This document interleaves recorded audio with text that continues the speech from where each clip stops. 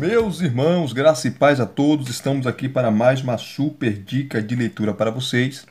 Dessa feita, mais uma sistemática, a sistemática do Alistair McGrath, Teologia Sistemática Histórica e Filosófica, uma introdução à teologia cristã. Essa teologia sistemática do Alistair McGrath está entre as tops, porque ela é um pouco diferenciada, porque a pegada dela é histórica e filosófica. Então ele vai abordar todos os temas da teologia sistemática que vocês conhecem, soteriologia, hamartiologia, cristologia, mas trazendo a historicidade, como quem foi os primeiros defensores, os principais teólogos e assim sucessivamente. E Alistair McGrath, ele tem bastante livros, principalmente sobre ciência, religião, até porque a área dele, a formação dele, que possui pós-doutorado em biofísica molecular e também ele é doutorado em teologia pela Universidade de Oxford, uma das maiores universidades do mundo, uma das mais reconhecidas e renomadas universidades do mundo, né? Ele também tem formação na área da filosofia, em teologia histórica, em teologia sistemática, e escreve bastante. Ele é inglês, nasceu no Reino Unido no dia 23 de janeiro de 1953, então, portanto, ele tem 68 anos de idade, né? 68 anos. Tem várias obras dele ainda que não foram traduzidas, né, para o português, e eu espero que as editoras traduzam mais obras dele para o português, porque ele é um excelente teólogo, excelente professor. A linguagem dessa obra é muito acessível. Então, para aqueles que nunca fizeram teologia ou pensam em iniciar na teologia ou comprar uma teologia sistemática, né, comece por essa, até porque é muito barato. Vai na Amazon, você vai encontrar por um preço assim acessível, principalmente se você tem o Amazon Prime. Você paga aí R$ 10 todo mês no seu cartão de crédito e você tem frete grátis, tá? Claro que vai depender da região. Eu moro em São Paulo, então eu compro bastante coisa de materiais pela Amazon, né? A entrega é excelente, chega aí 2 dias no máximo, estourado em 3 dias. E o preço é muito barato, então vale muito a pena. Vale muito a pena comprar os materiais, livros teológicos, acadêmicos na Amazon, tá bom? Não estou ganhando nada da Amazon, tá? Não ganho nada da Amazon. Não estou ganhando R$ 1 fazendo essa propaganda aqui, esse marketing de graça da Amazon. Então, essa teologia sistemática, tá, vai te ajudar bastante. Então, compre. Se você for pensar numa teologia sistemática, não tenho sistemática, qual eu começo? Compre essa. Tá? E depois você vai para outras, como a do Gruden, né? Como a do Robert Cover, como a do Luiz Berkoff, e assim sucessivamente. Então, esses reviews aqui ajudam você a ter esses materiais para você não gastar dinheiro, né? Quantas pessoas compram materiais aí sem consultar e depois, quando chega o material, a pessoa não gosta, fica com raiva, gastei dinheiro à toa. Então é bom você conhecer esse mercado para você investir o dinheiro, não gastar o dinheiro, porque uma coisa é investir, investir você não perde, né? Mas se você investe em uma coisa que não vai dar resultado, você perdeu o dinheiro, ok? E abrindo aqui essa teologia sistemática dele, histórica e filosófica, a primeira edição é de 2005, tá? E desde lá, da primeira edição, essa obra teve várias repreensões.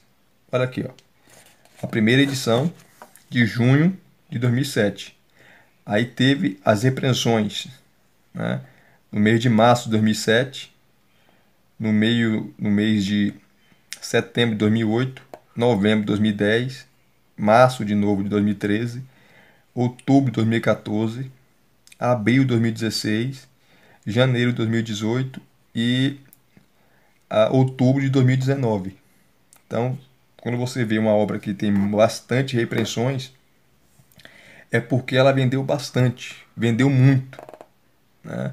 E isso mostra que a obra é de peso, é muito boa, e de fato vocês verão aqui. Aqui já começa um sumário resumido, tá? Depois, a outra página, ele vai trabalhar melhor. Aí tem lista de ilustrações, declaração da missão, prefácio, instruções para o aluno, como usar este livro. Isso aqui é interessante, porque aquela sistemática do Frank Ferreira é muito boa, mas é muito ruim de você achar os assuntos. Por quê? Não tem uma instrução de como usar. Então você tem que ficar procurando a página para você achar um determinado assunto. Eu quero achar que é sobre cristologia, antropologia, enfim. Você não acha, porque a obra foi muito mal feita.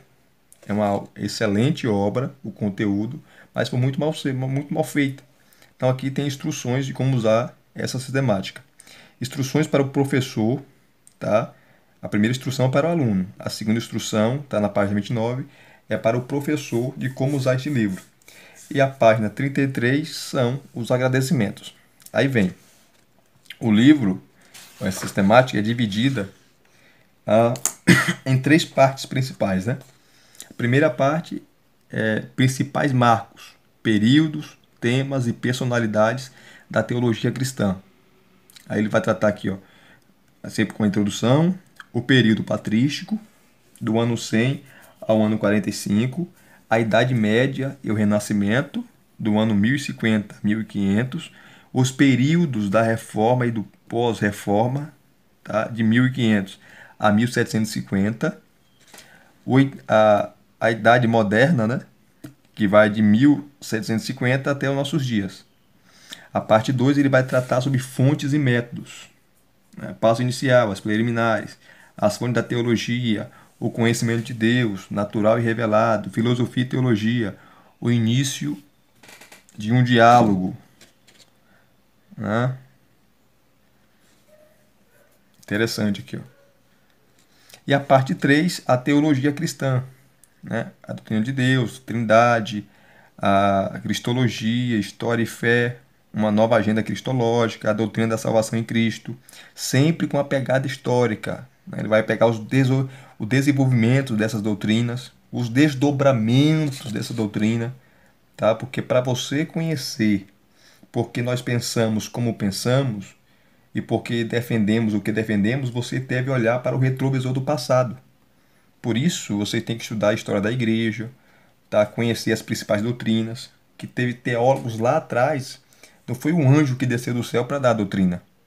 Já estava na Bíblia, só que teve os teólogos que as desenvolveram. Por isso que essa teologia sistemática é excelente, uma das melhores, do Alistair McGrath. Ok? Aí vem as doutrinas da natureza humana do pecado e da graça, né? Aqui, ó. A eclesiologia, a eclesiologia, a doutrina da igreja, a doutrina dos sacramentos, o cristianismo e as religiões mundiais e a escatologia, as últimas coisas, a esperança cristã. Aí tem um glossário no final de termos teológicos, eu vou mostrar para vocês no final, tá? Então são 649 páginas praticamente. E aqui está o sumário completo, tá? Que eu vou correr aqui para não demorar muito, né? Aí vem aqui, ó. Aí a parte 1 mostra lá. E aqui ele vai mostrar, ó, principais marcos. Eu falei para vocês. Aí começa com a introdução. Aí vem o período patrístico. Ele começa esclarecendo os termos, uma visão geral do período patrístico. Aí os teólogos fundamentais, os principais teólogos. Teve muitos teólogos da patrística, né? Mas tem aqueles que são considerados os principais. Justino Mártir, Irineu de Leão, Orígenes, Tertuliano, Atanásio, Agostinho de Hipona. Aí vem progressos cruciais da teologia. Então você vê que a pegada é histórica, né? Muito boa. A ampliação do cânon do Novo Testamento. Lembrando que o cânon ele foi fechado, de fato, no ano 397, no sínodo, ou no concílio de Cartago. Tá? Cartago. Cânon do Novo Testamento. O papel da tradição, a relação da teologia cristã com a cultura secular, Aí vem a definição dos credos ecumênicos, as duas naturezas de Cristo, né? Foi um problema terrível, né? Aí vem os concílios ecumênicos, aí vem a doutrina da Trindade, desculpe aí pela tosse, aí vem a doutrina da Igreja, a doutrina da graça, né? Aí vem, ó. E sempre no final ele tem perguntas para o capítulo, que você pode fazer para os seus alunos, na, na sala de aula, na igreja, enfim. E depois ele vem aqui a Idade Média, né? E o Renascimento. Ele pega toda a Idade Média. Eu não vou ler aqui para a gente ganhar tempo, tá?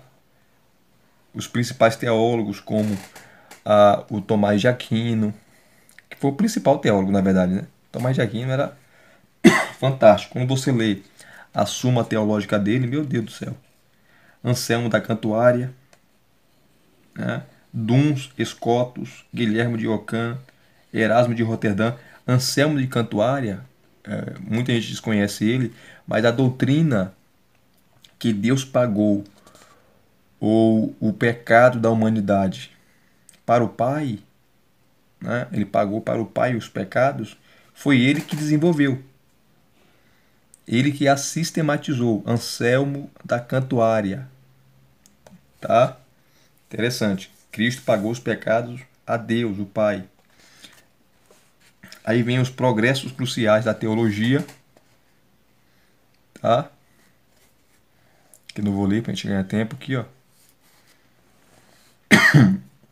Aqui tem a teologia bizantina, nomes, termos e frases essenciais que ele vai pegar sobre esses períodos e perguntas para o capítulo 2. Sempre vai ter, no final de cada capítulo, perguntas, tá? Aí vem os períodos da reforma e pós-reforma. Ele vai trazendo a reforma luterana, a reforma calvinista, a reforma radical anabatista, a reforma católica, citando aí o Concílio de Trento, né, que foi a contra-reforma. Aí vem os principais teólogos, que foi Lutero, Calvino e Zwinglio. Lembrando que Calvino substituiu Zwinglio. Zwinglio morreu muito novo ali na Suíça e João Calvino ele o substituiu, tá? Aí vem os progressos cruciais da teologia, né? Aí vai vindo aqui os marcos na literatura teológica, que são os catecismos, as confissões de fé, as obras de teologia sistemática. Lembrando que a primeira teologia sistemática, como se dizia assim, quem elaborou foi o João Calvino. Outros falam que não foi Calvino, que foi Tomás de Aquino. Enfim, aí vem ó, os movimentos pós-reformas,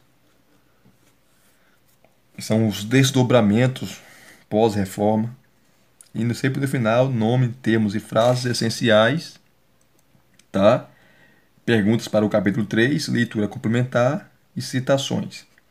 Capítulo 4, a Idade Moderna, que vai do ano de 1750 até os nossos dias, os dias atuais, começando aqui com o Iluminismo. O Iluminismo e o Protestantismo. O Iluminismo, né, só aqui uma pincelada bem rápida, foi quando começou a se romper com a igreja, né? E para muitos aí nasce o ateísmo, né? Aí vem o humanismo, porque a igreja dominava tudo naquela época. Dominava as artes, dominava o poder político, dominava a economia e começa a se romper aí com o iluminismo, né? Inclusive, o iluminismo, alguns falam, defendem que foi como posso usar aqui a palavra, foi através do iluminismo, né, que jogou luz a tudo isso. E o iluminismo teve desdobramentos que depois, lá na Alemanha, veio a teologia liberal com Schleiermacher, que aí foi complicado, né? O descrédito pela Bíblia, que a Bíblia não é inerrante, não é a palavra de Deus, enfim. Tudo isso teve aí as pintadas, né, do iluminismo, que começou ali no ano ou no século XVIII, né? Aí vem aqui, ó, movimento teológico a partir do iluminismo, romantismo, marxismo, aí vai vindo. Tudo isso aqui que eu não vou ler para a gente ganhar tempo. Ó, a teologia negra, ele cita aqui, ó, o pós-liberalismo, o evangelicalismo. Então, nenhuma teologia sistemática vai ter isso. Por isso que essa teologia é diferenciada, porque a pegada dela é histórica e filosófica. Aí vem a parte 2 agora. Antes aqui eu tenho o movimento carismático, o pentecostalismo, né? Até as teologias dos países em desenvolvimento. Aí parte 2, fontes e métodos. Passo inicial, as preliminares. Aí ele vem trazendo, tá? Muita coisa que ele vem trazendo aqui, ó. Que são a arquitetura da teologia, né? Que existe a teologia sistemática, existe a teologia histórica, a teologia pastoral, a teologia filosófica, enfim. Aí vem o capítulo 6, as fontes da teologia. Muita coisa aqui. Vou ler pra gente, como eu falei, para ganhar tempo, tá? O conhecimento de Deus, natural e revelado, que é o capítulo 7. Né? Muita coisa que ele vai citar aqui também. Filosofia e teologia, o início de um diálogo. Aqui, ó. Capítulo 8. Né? E depois de acabar a parte 2, começa aqui a parte 3, que é a teologia cristã, que ele começa tratando a doutrina de Deus, a teontologia, a doutrina de Deus. Ele vem trazendo todas as referências, tá? Ele trata aqui também da Teodiceia, que é o problema do mal, que é difícil para qualquer um responder, porque como pode um Deus bondoso, todo-poderoso, permitir o mal? E essa é uma das perguntas dos ateus, porque duas ou uma. Ou Deus é um Deus fraco, impotente, que não pode eliminar o mal, ou ele é um Deus sádico, que é todo-poderoso, mas gosta de ver as pessoas sofrerem. Esse é um dos argumentos dos ateus, né? E nós, como crentes em Cristo, né? Como aqueles que pregam a palavra de Deus ou defendem que existe um ser criado e nascido, é difícil para nós respondermos essa pergunta, né? Difícil. O problema do mal. Aí ele traz aqui sobre essa questão aqui, ó. Irineu de Leão falando, Agostinho de Hipona, que foi um dos principais teólogos que desenvolveu essa questão do mal, ou problema do mal. Aí ele vem trazendo aqui, ó. Traz também sobre o Espírito Santo, né? O Deus como Criador, o desenvolvimento da doutrina da criação. Aí vem trazendo. O capítulo 10, a doutrina da Trindade, que é excelente. Ele começa dando os fundamentos bíblicos da Trindade. Ele começa a falar do desenvolvimento histórico da doutrina, os termos, tá? O desenvolvimento histórico da doutrina da Trindade, as ideias. Pericorese, né? Tem a palavra, uma dança, né? A dança da Trindade, né? Que tanto Deus Pai, Filho e Espírito Santo estão unidos de uma maneira tal que não há discordância entre eles, né? Isso aí vai tratar aqui na pericorese, sobre a pericorese, que ele trata sobre as heresias acerca da Trindade, o modalismo e o triteísmo. A Trindade, 6 modelos, né? Os capadócios, Agostinho de Hipona, Karl Barth, Karl Rahner, Robert Jenson, John Macquarie, alguma coisa assim. Se eu pronunciei errado, perdão aí. A controvérsia da Filioque, que foi aonde a igreja ocidental e a igreja oriental se dividiu de vez. Começou a divisão mesmo, já começou um racha ali no concílio de Calcedônia, o quarto concílio ecumênico, em 451. Mas em 1054, por causa da Filioque, se rachou de vez, e até hoje. E por quê? O que é a Filioque? Filioque é o credo, né? O credo de Nicéia, o credo niceno, constantinopolitano, tá? Afirmava que o Espírito procede tanto do Pai como do Filho. A teologia ocidental falava. E a teologia, ou a cristologia a oriental, falava que não, que o Espírito, ele procede só do Pai, tanto o Filho como o Espírito, tá, procede do Pai. E os teólogos ocidentais discordaram, e por causa disso teve esse racha, que até hoje não foi resolvido, infelizmente, né? Então aqui ele vai tratar sobre essa questão da filioque. E aqui tem muito mais coisas. Meu Deus do céu, é muito grande o sumário, né? Deixa eu correr aqui porque é muito grande. Aí vem a doutrina da pessoa de Cristo, a cristologia, que ele vai trazer aqui, ó. O que você imaginar sobre a cristologia, ele vai esmiuçar, sentando aqui a patrística, vai citar os termos bíblicos, vai citar aqui a modelos da presença divina em relação a Cristo, né? Vai trazer o debate patrístico sobre a pessoa de Cristo, né? A controvérsia ariana, a escola de Alexandria, a escola de Antioquia, né? A posição de Adolf von Harnack, teólogo do século passado, né? Século XX, alemão, sobre a evolução da cristologia na patrística, né? Muito boa. Depois aqui o capítulo 12, História e Fé, uma nova agenda cristológica. Perdão de novo, queridos. Aqui, ó. Aí ele fala também aqui do Jesus histórico, né? A busca do Jesus histórico. Ele fala da origem da busca do Jesus histórico, porque uma coisa é o Jesus dos judeus, o Jesus dos protestantes, dos evangélicos, né? O Jesus Deus é uma coisa, agora o Jesus histórico é outra. Vai estudar o rabino, o judeu Jesus, o homem Jesus, não o homem considerado como Deus. Então ele vai trazer aqui, ó, vai citar Bultmann, né? Vai falar aqui, ó, a ressurreição de Cristo, o fato e seu significado, tá? E é muita coisa que ele vai citando aqui, porque não dá para ficar lendo por detalhes, né? Por causa do tempo. O 13, a doutrina da salvação em Cristo, tá? Que é a soteriologia. Então ele começa sempre com a pegada histórica, trazendo a historicidade, os principais defensores e por aí vai.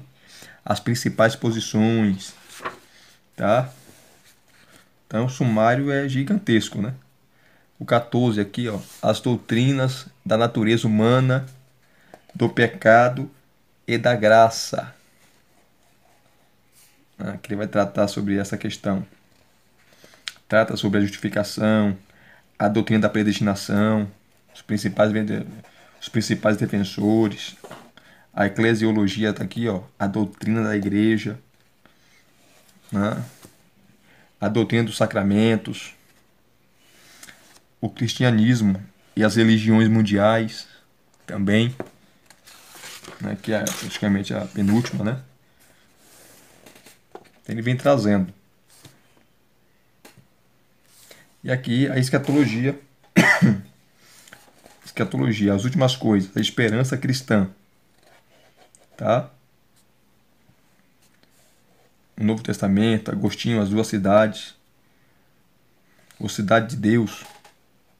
Inclusive Agostinho, ele foi praticamente o pai do sistema conhecido hoje como o amilenismo e também o pós-milenismo, que são poucos parecidos, são diferentes, mas são poucos parecidos em sua escatologia. Ele vai explicar aqui, né, o iluminismo, o resgate da escatologia, né, vai falar de Rudolf Bultmann, Jürgen Moltmann e por aí vai.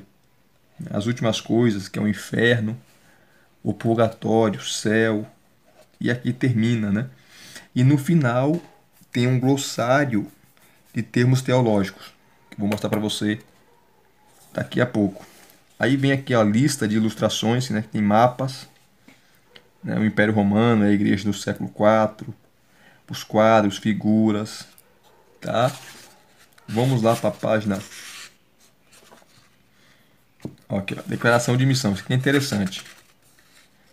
Aqui, ó. A missão deste livro é apresentar a você os temas básicos da teologia cristã. Assim, ele parte do pressuposto que você não domina o assunto.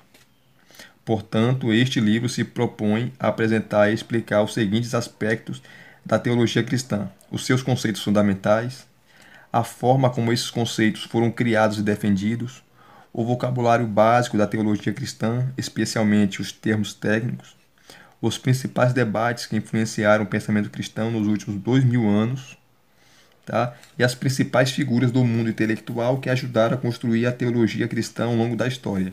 Então esse é o foco desse livro, tá? Que eu falei no começo de vocês, para vocês, tá? É que ele fala: depois de haver lido e estudado este livro, você conseguirá alcançar os seguintes objetivos. Alcançar os seguintes objetivos. Aí vem aqui.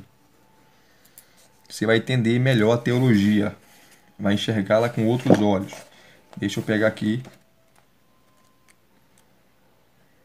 649 eu falei, né?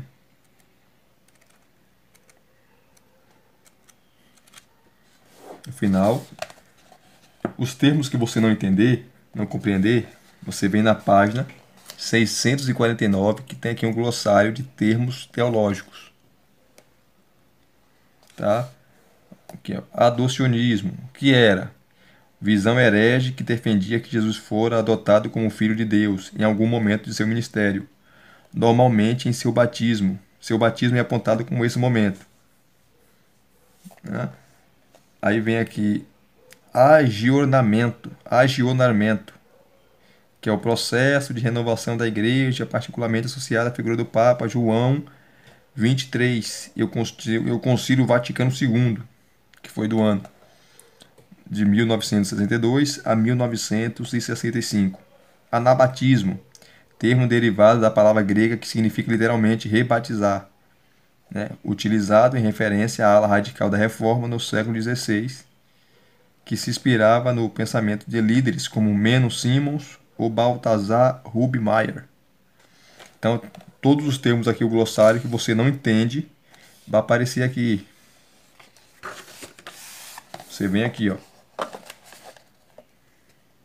Tá? Aí vem, ó, calvinismo, asceticismo.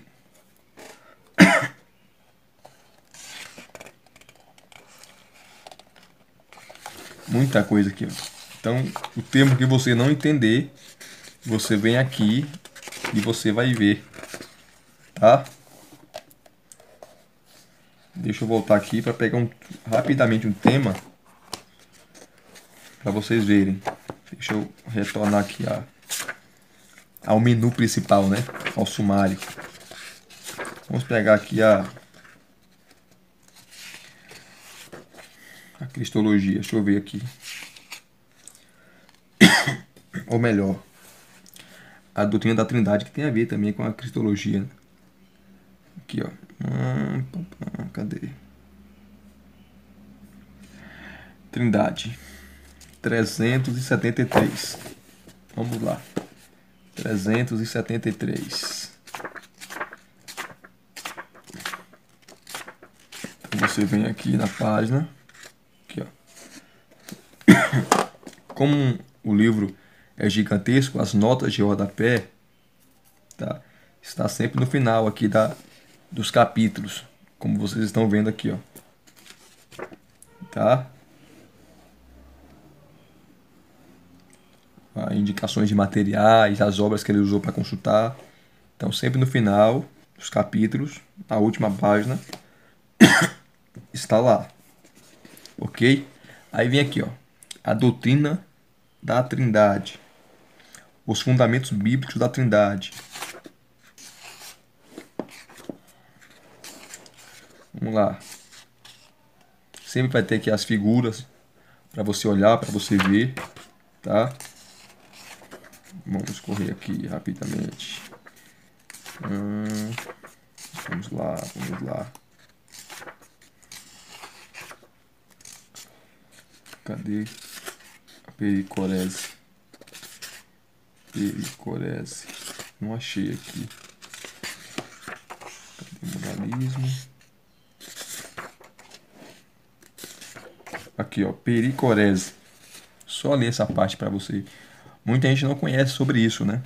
Esse termo grego também é encontrado tanto no latim como do português. Passou a ser de uso geral no século VI. Ele refere-se à maneira pela qual as três pessoas da Trindade relacionam-se uma com a outra. O conceito de pericorese permite a manutenção da individualidade das três pessoas, destacando ao mesmo tempo o fato de que cada pessoa compartilha da vida das demais. Uma imagem frequentemente usada para expressar essa ideia é a de comunhão do ser, na qual, enquanto cada uma das pessoas mantém a própria identidade, perpassa as demais e é por elas perpassada. Interessante isso aqui, ó. Pericorese. E aí ele vai trabalhando, ele vai tratando todos esses conceitos para você entender. Então, no final, quando você acaba de ler essa obra, vai ficar muito claro para você o que é Trindade, o que é a soteriologia, a salvação, os conceitos da salvação, as bases da salvação, os principais nomes, os principais teólogos, os principais sistematizadores das doutrinas. Então, esse é o intuito dele, tá? Os conceitos básicos, preliminares da fé, né? Então, não é só para aqueles que não conhecem. É para você também que já tem conhecimento bíblico, que tem bastantes teologias sistemáticas aí, que tem bom conhecimento, que já conhece essa área teológica, é para você também, né? Então, principalmente para aqueles que são leigos no assunto. Então, é uma obra fantástica de peso. E se vocês gostaram de mais uma dica, de mais uma super dica de leitura, deixe aqui nos seus comentários, deixe o seu like, se inscreva no canal se você não é inscrito e acione o sininho para receber todas as notificações. Desculpa aí pelo tempo, né? Eu corri aqui. Desculpa aí pelo tempo, mas foi necessário. Deus vos abençoe. Muito obrigado a todos. Até as próximas indicações.